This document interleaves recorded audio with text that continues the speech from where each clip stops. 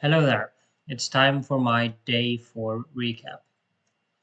I, yesterday I started, I learned about if, elif, and else, and how to use flowcharts and stuff to make a cool choice-based program.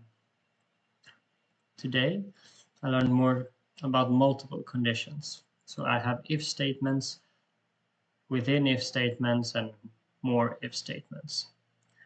So yesterday I had a coding challenge where I had to the user had to put an input of their hair height and their age, and I gotta choose what type. And they gotta choose or say how tall they are, and how old they were, and they got a ticket price. And now it was time to add if I wanted a photo with the roller coaster. So I put it in an additional if statement within an if statement. And then, yeah, it's kind of simple actually. Just import it like this in the end here. After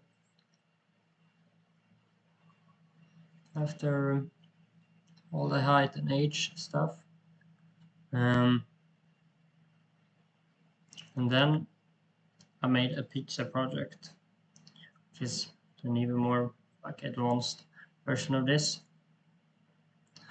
And I noticed that I really liked using elif statements this time.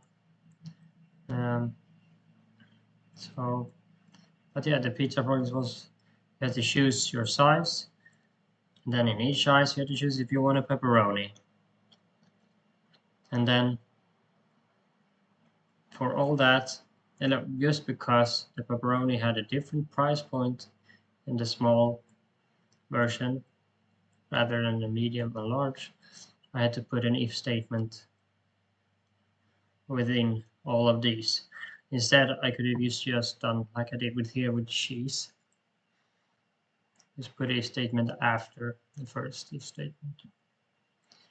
My teacher, however, had a different type of code. She used the if else and if else. It's cleaner, a little bit smarter. So I learned my lesson here. And then I learned about logical operators. So if condition 1 and condition 2 and condition 3 do this and else do that. So if a user wanted like a large pizza, extra pepperoni, and extra cheese in the same code, well, then I needed to use the logical operators.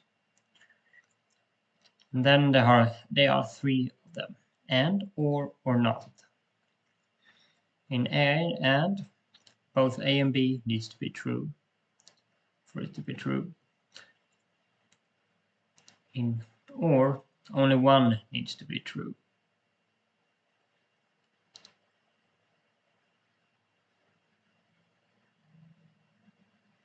For it to become true. And in the third one, only if E is false, it's true, and vice versa. And here also are an example. If A is not larger than 15, no wait, A equals 12. So if I use the not A is larger than 15, and that is false. No, true, because A is not larger than 15. For the roller coaster example, we added another thing here then. We added the midlife crisis free ticket thing. I added it with the range, age, and 55. With an if and else.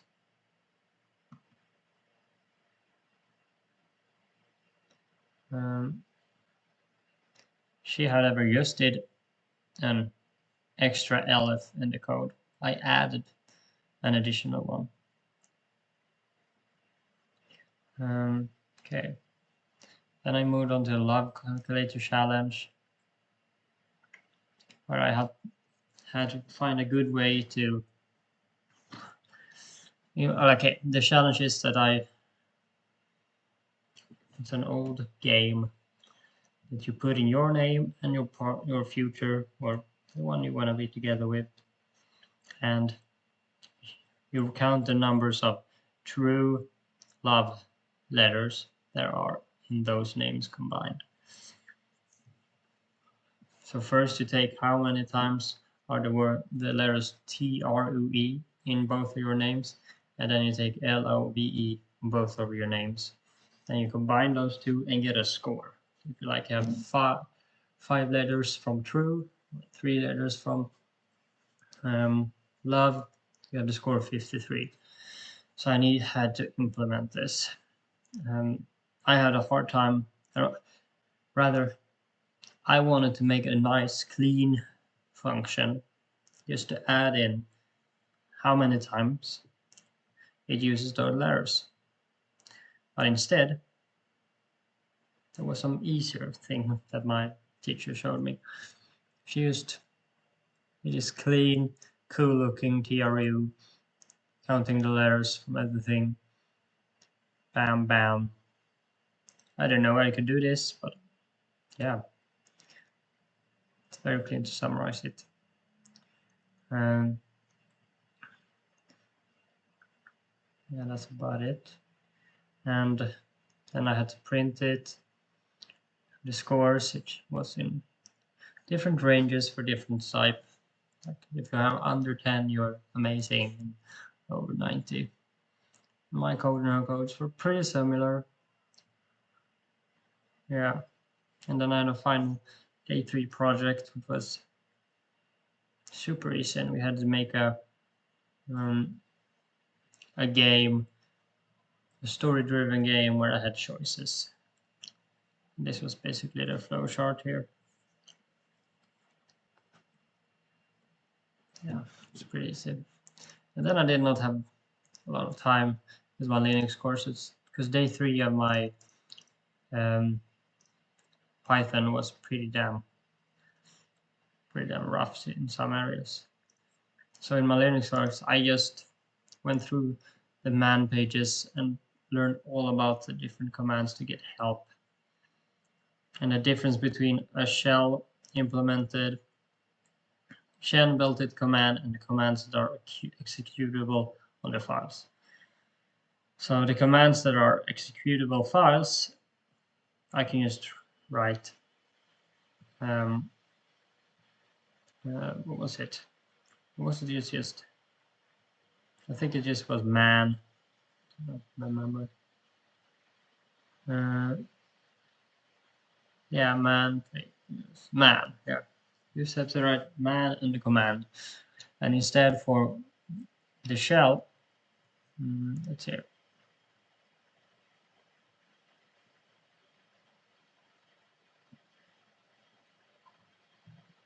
Now let's see where the fuck.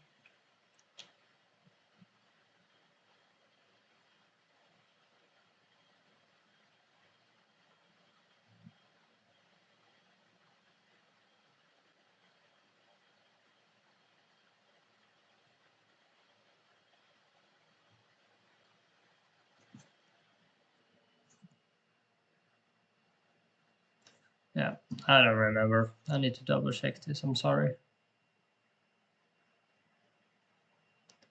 Well, at least I tried to learn everything I could. So I will check on this once again tomorrow. Yeah, thank you. I was kind of tired today. Thank you and have a good day.